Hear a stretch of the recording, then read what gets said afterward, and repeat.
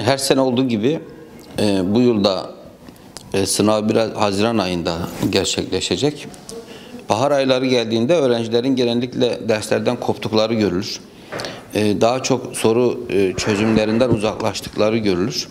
Biz de kendilerine her sene söylüyoruz. Diyoruz ki bu aylarda biraz daha rehavete kapılırsınız. Biraz daha hantallaşırsınız ve tembelleşirsiniz. Bunun önüne geçmek için, tembelliği yok edebilmek için günlük egzersiz yapmak lazım. Şu süreçte bir kere her gün dersten kopmamaları gerekir. Günlük ders çalışmaları gerekir.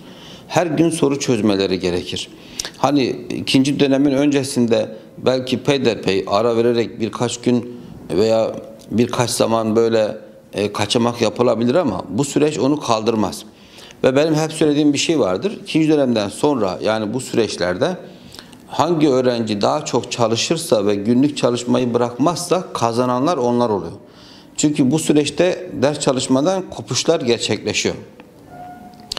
Bizim bir kere günlük bir plan yapmamız lazım. Bu plan içerisinde mutlaka deneme ve soru çözümleri. Mesela paragraf sorularını ister sayısalcı olsun, ister sözelci olsun, ister eşit ağırlıkçı olsun, isterse LGS'ye hazırlanan öğrenci olsun hiç fark etmez. Günlük en az 30 tane 40 tane paragraf sorusu çözmesi lazım. Zihnini jimnastik yaptırması lazım. Zihni jimnastik yapan bir çocuğun işlemsel zekası da gelişir. Ve işlemlerde, matematikte ve sayısal derslerde daha çok fikir yürütme, muhakeme gücü gelişir. Bunun hepsi okuduğunu anlamaktan geçer. Okuduğunu anlayamayan bir öğrencinin hiçbir dersten hiçbir soruyu daha kolay ve rahat çözeceği görülmez. Hiçbir zaman da görülmemiştir. İkinci bir husus erteleme olayı. Sürekli bir erteleme olayı var. Yarın çalışırım, öbür gün çalışırım. İşte hava güzel, şu tarafa gideyim. Bugün hava güzel, arkadaşlarımla takılayım. Benim onlara bir sloganım vardır. Diyorum ki ertelerseniz ertelenirsiniz. Siz üniversite sınavını veya bir üniversiteyi veya iyi bir liseyi kaçıncı sıranıza koymuşsanız orası da sizi o sıraya atmıştır. Siz onu birinci sıranıza alırsanız o da sizi birinci sıraya alır ve birincilikle girersiniz. Siz onu en sona atarsanız o da sizi en son sıraya atar.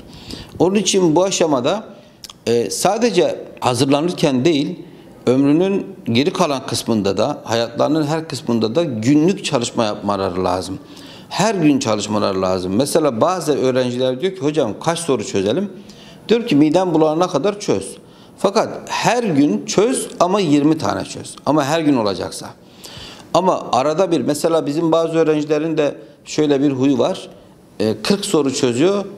Bir gün ara verip 20 soru çözüyor. Çok çözdüm diyor. 2 günde çözmüyor mesela. Bu onu başarıya götürmez. Ama her gün çöz 10 tane çöz. Her gün çöz 20 tane çöz. Bunu günlük yapması gerekir. Ve değişik diğer derslerden de her gün az az böyle çok iştahlı değilse azar azar çalışması lazım. Ama en önemli husus şu bahar havalarına dikkat etmeleri gerekir. Şu an bahar havaları yaklaştığında öğrencilerin %80'i dersten kopar. Bu kopuşlardan dolayı da barajı geçemeyen, istediği yeri kazanamayan, istediği yere gidemeyen öğrenciler olur ve bu aşamada da bunlar yapamayacağını anladığı an bahaneler üretmeye başlar. Bahaneleri başka yerlere, ailesine, öğretmenine, derslerin zorluğuna, kitapların karışıklığına her yere bahaneler üretmeye başlıyorlar. Yani ertelemezseler ertelenmezler.